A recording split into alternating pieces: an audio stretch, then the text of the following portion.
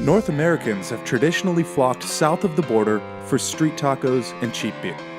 But these days, there's so much more going on than just that. But also lots of that too. From the rolling emerald hills of red wine wonderland in the Guadalupe Valley to the humble Tijuana street taco. From the seafood capital of Ensenada to the indigenous cooking revival movement in Tecate.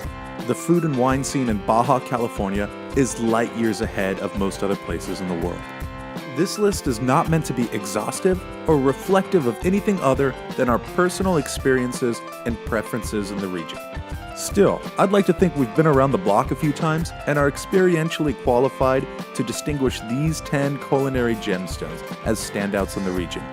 So everybody hold on to your sombreros and let's get this party started. We'll start with Parque Telefonica, which is a collection of food trucks rather than a traditional restaurant. The quality and diversity of the food and drink selection here is a great showcase of what Baja chefs have been up to recently. From succulent ribeye to steaming bowls of ramen, Parque Telefonica has you covered. Next up is the sensational Deekmans in the Guadalupe Valley. Michelin-starred chef Drew Deekman flawlessly executes his concept of bringing the table to the farm. All of the staples on the menu, such as the quail, the rabbit, and the grass-fed beef, are all sourced from the surrounding property, then grilled over an open flame in an al fresco kitchen. Heading towards downtown Ensenada, we'll touch down at La Guerrerense. This cart is a sanctuary of fresh local seafood, with offerings like razor clam tostadas, sea snail ceviche, and shrimp cocktails. To get seafood any fresher than this, you'd need a table on the Titanic. Clocking in at number 7, we have Malinali, a restaurant that honors and incorporates traditional Kumeyaay indigenous ingredients into the cooking. Dishes such as rabbit conejo, blue corn quesadillas, and amazing chicharrones and salsa verde are arranged in a serve-yourself buffet. At number 6, we head south on the Highway 3 to the verdant splendor of the Ojos Negro Valley. Here, nestled among dairy farms and century-old haciendas, we find the only cheese cave in Latin America. La Cava de Marcelo offers a tasting of their remarkable aged cheeses for $7 a person.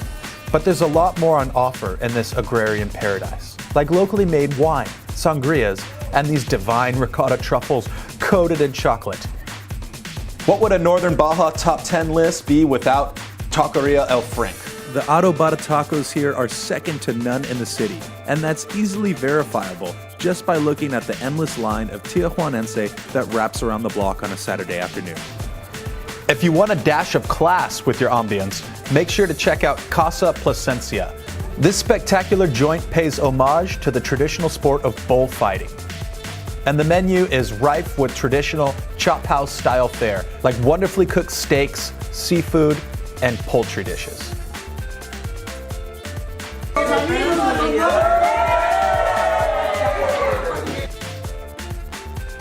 For breakfast, you can't beat Doña Estela's in the Valle. This place is the stuff of legends, so make sure that you get there early on a weekend, like right around 9 a.m. when they open, if you want any hopes of getting a table. The house-made fresh cheese and the borrego tatemado, or dried lamb, are especially my favorite here.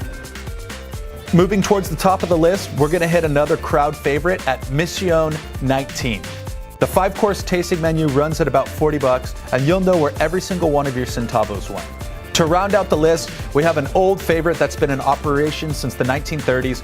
One of my favorite dining experiences in the Baja California Peninsula anywhere is Caesar's. Caesar's is rich with Tijuana history and has all kinds of decor that harkens back to the glory days of Tijuana when Hollywood royalty flocked down here during Prohibition.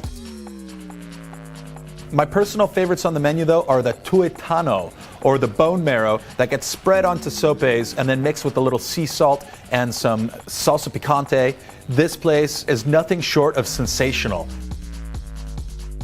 It's one of the great pleasures of our life to live so very close to the gastronomically rich and culturally significant region of Baja California.